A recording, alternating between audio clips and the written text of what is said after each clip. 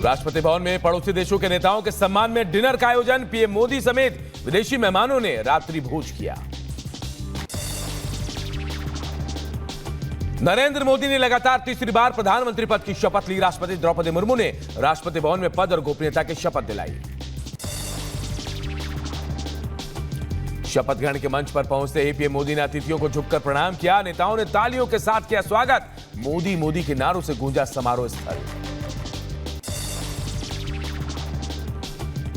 नरेंद्र मोदी के बाद राजनाथ सिंह, अमित शाह, नितिन गडकरी, जेपी नड्डा और शिवराज सिंह चौहान ने शपथ ली। पीएम मोदी के साथ 71 मंत्रियों ने शपथ ली है। एनडीए सरकार में मोदी के अलावा 30 नेताओं ने कैबिनेट मंत्री की, 5 नेताओं ने राज्य मंत्री स्वतंत्र प्रभार और 36 नेताओं ने राज्य मंत्री की शपथ ली।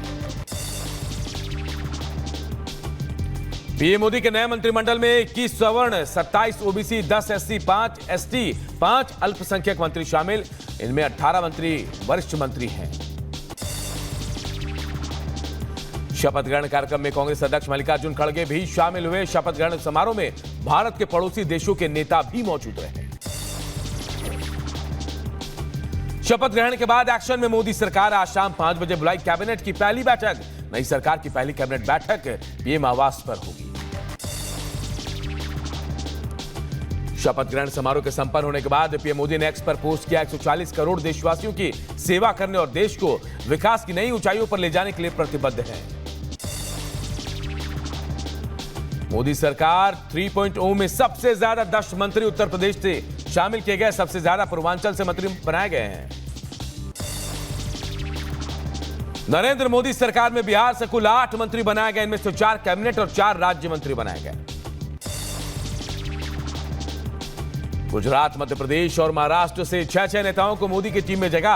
पंजाब से सिर्फ एक चेहरे को मंत्री बनाया गया।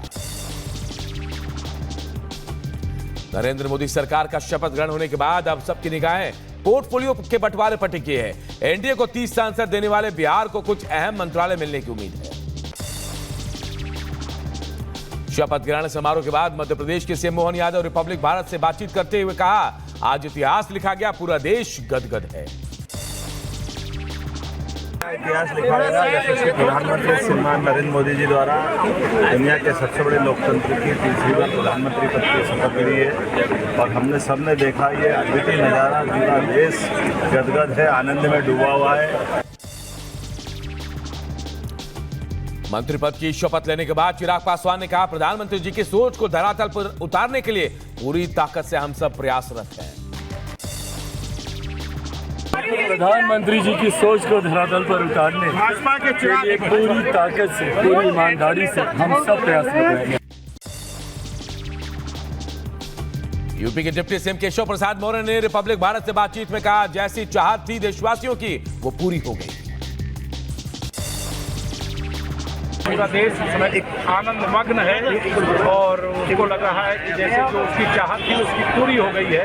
मोदी सरकार तीसरी बार शपथ ले लिया है और पूरा देश जो चाहता था वो हो गया है। मोदी कैबिनेट में अजित पवार की एनसीपी नहीं होगी शामिल। अजित पवार बोले, कैबिनेट से कम मंजूर नहीं। मोदी कैबिनेट में एनसीपी के नहीं शामिल होने पर महाराष्ट्र के डिप्टी सीएम देवेंद्र फडणवीस ने कहा, हम एनसीपी को राज्य मंत्री का स्वतंत्र प्रभार देने के लिए तैयार थे। अनुराग ठाकुर को मोदी 3.0 कैबिनेट में नहीं मिली जगह। अनुराग ठाकुर ने कहा, बीजेपी कार्यकर्ता के रूप में काम करता रहूंगा। भारतीय जनता पार्टी ने मुझे 5 बार चुनाव लड़ने का अवसर दिया। इससे बड़ी उपलब्धि, इससे बड़ा मेरे लिए कुछ और हो नहीं सकता। और मुझे लगता है कार्यकर्ता के रूप में पहले भी काम किया, आगे भी करेंगे। कैबिनेट मंत्री पद की शपथ लेने के बाद जीतन राम मांझी की पहली प्रतिक्रिया, का तीसरे कार्यकाल में दुनिया की तीसरी सबसे बड़ी अर्थव्यवस्था बनेगा भारत। नरेंद्र मोदी जी की एकदम दृढ़ संकल्प है कि 2024 से 2029 के बीच में हम भारत को संसार का तीसरी अर्थव्यवस्था के रूप में ले आएंगे। कैबिनेट मंत्री पद की शपथ लेने के बाद प्रहलाद जोशी ने कहा, यह ऐतिहासिक दिन है।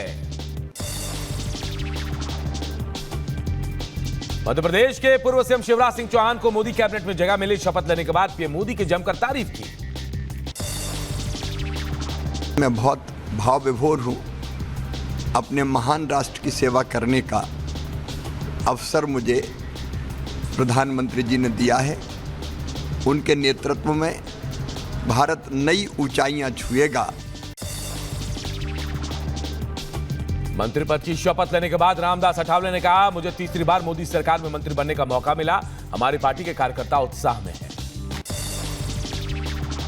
जो हमारा दलित समाज है, अम्बेडकरी बाबा साहब मानने वाला समाज है, इस समाज को बहुत बड़ा आनंद है कि भाई मोदी जी तीसरी बार प्रधानमंत्री हो रहे हैं और मुझे भी तीसरी बार शपथ लेने का मौका मिला है। एनडीए की सरकार बनने पर टीडीपी प्रमुख चंद्रबाबू नायडू ने जताई खुशी। कहा, यह एक शानदार शुरुआत है। माइक्रोसॉफ्ट के संस्थापक बिल गेट्स ने पीएम नरेंद्र मोदी को बधाई दी। सोशल मीडिया एक्स पर पोस्ट कर तीसरी बार पीएम बनने पर शुभकामनाएं दी। कर्नाटक के हुबली में बीजेपी कार्यकर्ताओं ने मनाया जश्न। पीएम मोदी के तीसरी बार शपथ लेने पर कार्यकर्ताओं में उत्साह नजर आया। महाराष्ट्र के ठाणे में बीजेपी कार्यकर्ताओं ने मनाया जश्न। पीएम मोदी के तीसरी बार शपथ लेने के बाद कार्यकर्ताओं ने जश्न मनाया।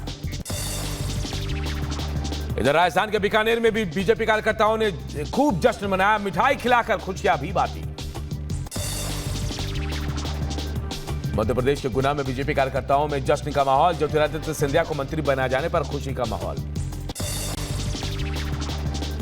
यूपी के फिरोजाबाद में बीजेपी कार्यकर्ताओं में दिखा भारी उत्साह। नरेंद्र मोदी के तीसरी बार पीएम बनने की खुशी में ढोल बजे, मिठाइयां खिलाकर बांटी गई है सबको। पीएम मोदी के तीसरी बार प्रधानमंत्री बनने की खुशी में आतिशबाजी। वाराणसी के लोगों ने मिठाई खिलाकर खुशी मनाई। सिक्किम क्रांतिकारी मोर्चा के नेता प्रेम सिंह तमांग आज दूसरी बार सिक्किम के मुख्यमंत्री के तौर पर शपथ लेंगे।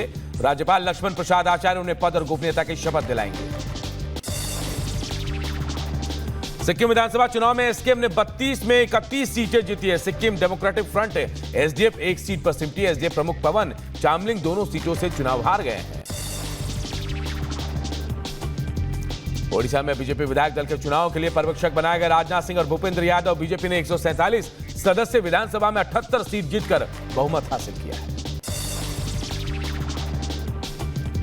दिल्ली के जल संकट से निपटने को लेकर एलजी वीके सक्सेना ने संभाली कमान। दिल्ली के जल मंत्री आतिशी के साथ आज सुबह 11 बजे करेंगे बैठक।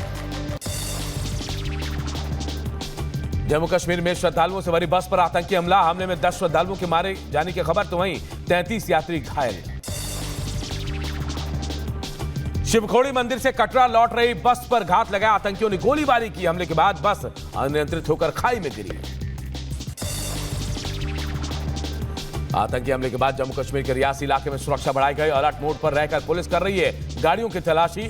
शिवखोरी तीर्थस्थल के बेस कैंप रंसू से तस्वीरें सामने आई। राष्ट्रपति द्रौपदी मुर्मू ने हादसे पर दुख जताया। पीड़ित परिवार के लिए संवेदना जताई। जम्मू कश्मीर के रायसी में हुए आतंकी हमले को लेकर पीएम मोदी ने एलजी मनोज सिन्हा से बातचीत की। आतंकी हमले पर पीएम मोदी का कड़ा निर्देश का दोषियों को बख्शा नहीं जाएगा। बस पर हुए आतंकी हमले पर राहुल गांधी ने दुख जताया। कहा, बस पर कायरतापूर्ण आतंकवादी हमला बेहद दुखद। आतंकवाद के विरुद्ध पूरा देश एकजुट है। अमित शाह ने तीर्थयात्रियों पर आतंकी हमले पर दुख जताया। कहा, तीर्थयात्रियों पर हमले की घटना से दुखी हूं। इस कायराना हमले के दोषियों को बख्शा नहीं जाएगा। जम्मू कश्मीर के उपराज्यपाल मनोज सिन्हा ने आतंकी हमले की निंदा की। कहा, शहीद हुए नागरिकों के परिजनों के प्रति मेरी संवेदना है। जम्मू कश्मीर में हुए आतंकी हमले पर सीएम योगी ने दुख जताया। तीर्थयात्रियों की बस पर हुआ कायराना हमला दुखद। मेरी संवेदना शोक संतप्त परिजनों के साथ। उमर अब्दुल्ला ने भी घटना पर दुख जताया। कहा, आतंकी हमले में 10 यात्रियों की मौत दुखद है। फिर से आतंकवाद की वापसी हो गई। बीजेपी सांसद कंगना रनौत ने ट्वीट कर जताया दुख। आतंकवादी हमले की